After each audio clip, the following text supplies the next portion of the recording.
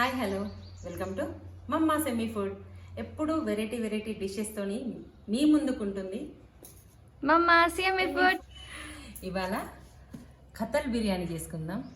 ఖతల్ బిర్యానీ అంటే జాక్ ఫ్రూట్తో చేసే బిర్యానీ. ఎక్కడ కూడా నాన్ వెజ్కి అస్సలు తగ్గదు ఈ బిర్యానీ. చూద్దామా? దీని కటింగ్ కూడా స్పెషలే. తీసుకొచ్చి ఏదో నైఫ్తో కట్ చేయడం అంటే అది కాదు. దీనికి ఒక ప్రాసెస్ ఉంటుంది.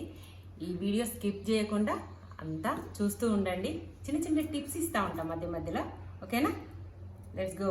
ఫస్ట్ మనం ఈ జాక్ ఫ్రూట్ కచ్చది తీసుకోవాలి. రైపుడుది కాదు, కచ్చగా ఉండాలి. ఇలా ఏ ఆయిల్ అయినా పర్వాలేదు. ఫస్ట్ మన ఫింగర్స్కి ఫుల్ ఆయిల్ అప్లై చేసుకోవాలి ఫుల్గా. ఈ జాక్ ఫ్రూట్ కోస్తూ ఉంటే బనానా లెక్క బ్లాక్ అయిపోతుంది. వెంటనే మన హ్యాండ్స్కి పాలు అంటుతాయి, స్టిక్ అయిపోతుంది అన్నట్టు.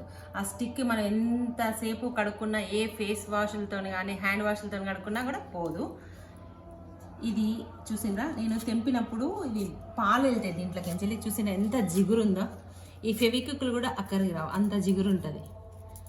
ఇలా ఒక న్యూస్ పేపర్, అది టిష్యూ పేపర్ స్టిక్ చేసుకున్నా మనకి దేనికి అంటద్దని. ఇప్పుడు ఈ విధంగా కట్ చేసుకుందాం. వెంటనే ఇట్లా రాస్తూనే ఉండాలి ఆయిల్. చూసిండ్రా ఎట్లా వస్తుందో? ఆయిల్ రాయాలి వెంటనే స్టిక్కీగా. ఇప్పుడు మనకి ఏం కాదు.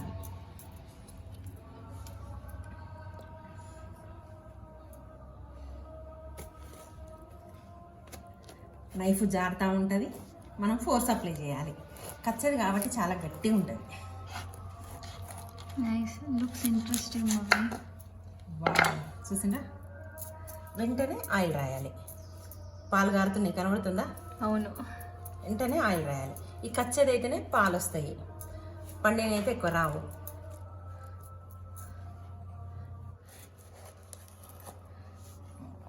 గట్టిగా ఉంది, plus oily hands, oily knife.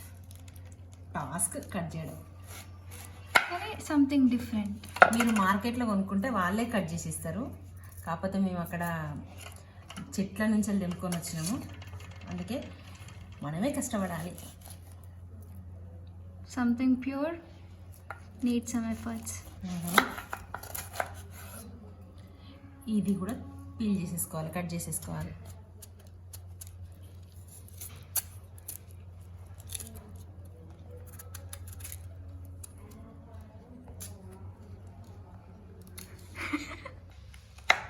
Shell తీసేసి కొంచెం చిన్నగా కాకుండా ఒక నాన్ వెజ్ తిన్న ఫీల్లో, ఒక చికెన్ ముక్క తిన్న ఫీల్గా ఉండాలంటే ఈ సైజు మనము కట్ చేసుకోవాలి. ఉడికాక కొంచెం చిన్నగా అయిపోతాయి.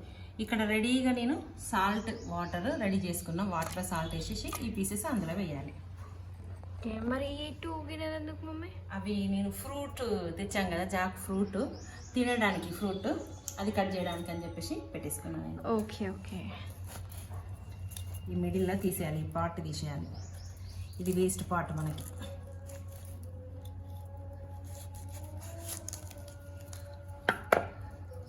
ఇది అవసరం లేదు, ఇంకా కొంచెం ఉంది, ఇది కట్ చేసేసుకుంటా.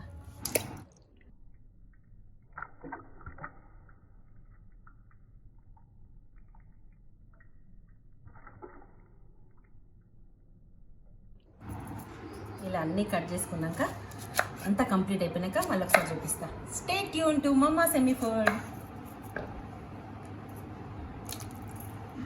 అంతా కట్ అయిపోయినాక ఇవి నా హ్యాండ్స్ సిచ్యువేషన్స్.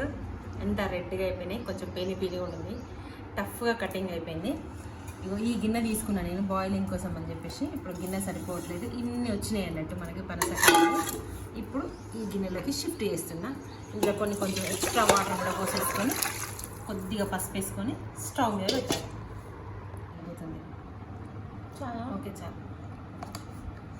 ఒక 70 to 80% కుక్ అయిపోయినాయి. ఇప్పుడు మనం బిర్యానీ ప్రాసెస్ స్టార్ట్ చేసుకుందాం.